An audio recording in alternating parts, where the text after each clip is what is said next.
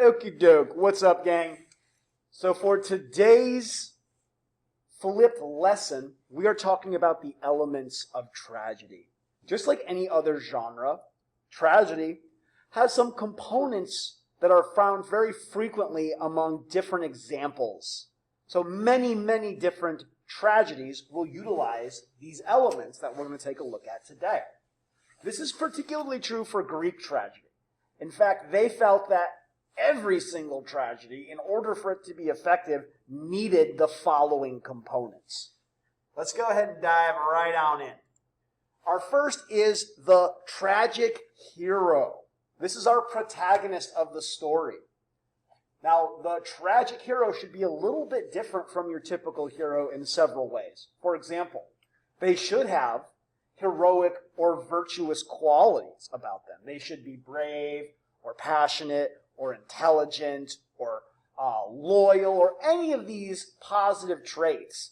Okay, they have to be somebody that we can look up to. That way, when they take a tumble, when they fall, it's even sadder. They should be great in some way, meaning that they should be important, powerful, or comfortable.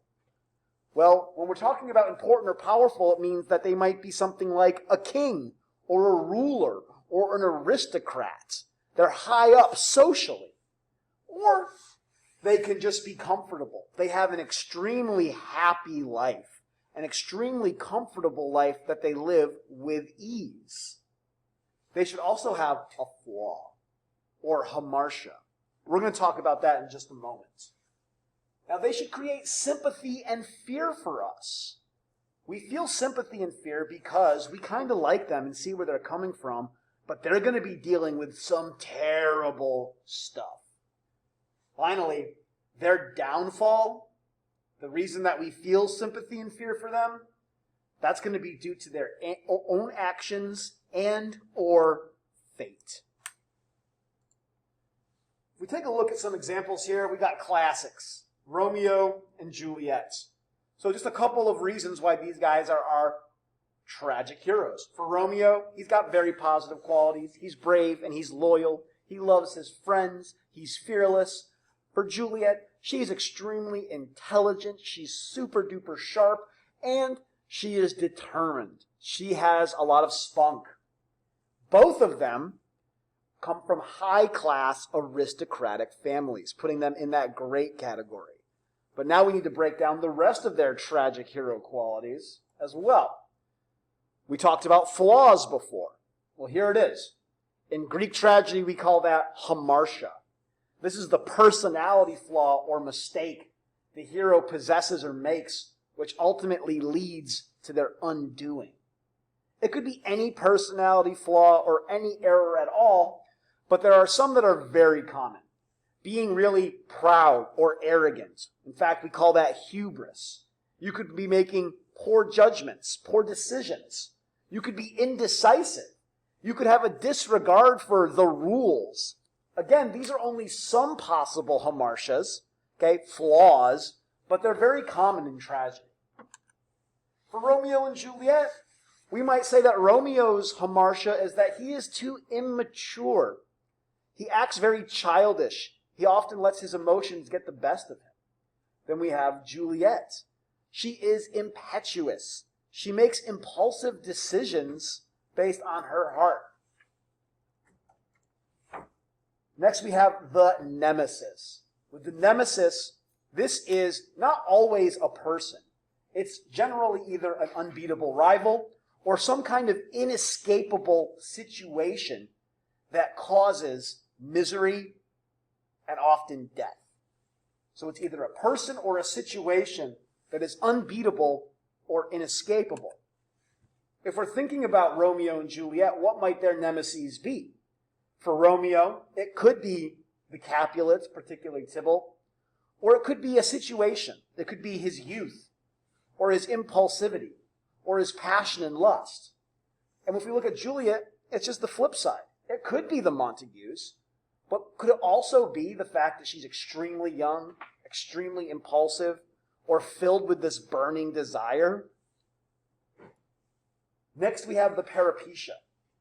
This is the change or fall that the hero experiences over the course of the story. So keep this in mind. This is not just the end of the story. This is the process of them eating dirt. Often the hero starts in a very high position, and by the end, they are in a very low, negative, tragic position. The Peripecia talks about the entire fall, from way up high to way down low. In Romeo and Juliet, both of them are very young, well-to-do aristocrats. They got tons of cash, they got these big, bright futures ahead of them, and by the end, they both take their own lives in extremely grief-filled suicides. So they go from a high place, young, excited about life, all the opportunities in the world, to, unfortunately, two dead folks. Then we have our anagnorisis. This is the moment, this is the single moment where a hero makes a discovery or learns the truth about a situation. This leads us to the resolution of the story. Often it's a heartbreaking revelation that leads them directly to their own tragedy. And we see that in Romeo and Juliet. Romeo, upon learning that Juliet has died, he takes his own life. So he learns, or at least he thinks he learns, that this tragic thing has happened, and he takes his own life because of that. Juliet, upon awakening from her stage death, realizes that Romeo has made a massive mistake, and that Romeo completely misread the situation and has ended his own life. And this anagnorisis, this realization, makes her do the same. All of this builds to this term that we've been discussing, catharsis. This is the most tragic or emotional moment of the story where the hero suffers their ultimate downfall. This also is the feeling that we as the audience experience upon seeing this, the incredible overflow, the purgation of emotion. And this is, of course, the suicides of Romeo and Juliet. The moment where we feel the most pain, the most pity, and the most fear based on our tragedy. Go ahead and polish off your notes here, crew. And there's a couple of little activities at the end of this document. Make sure you're hitting those up too. We will see you tomorrow.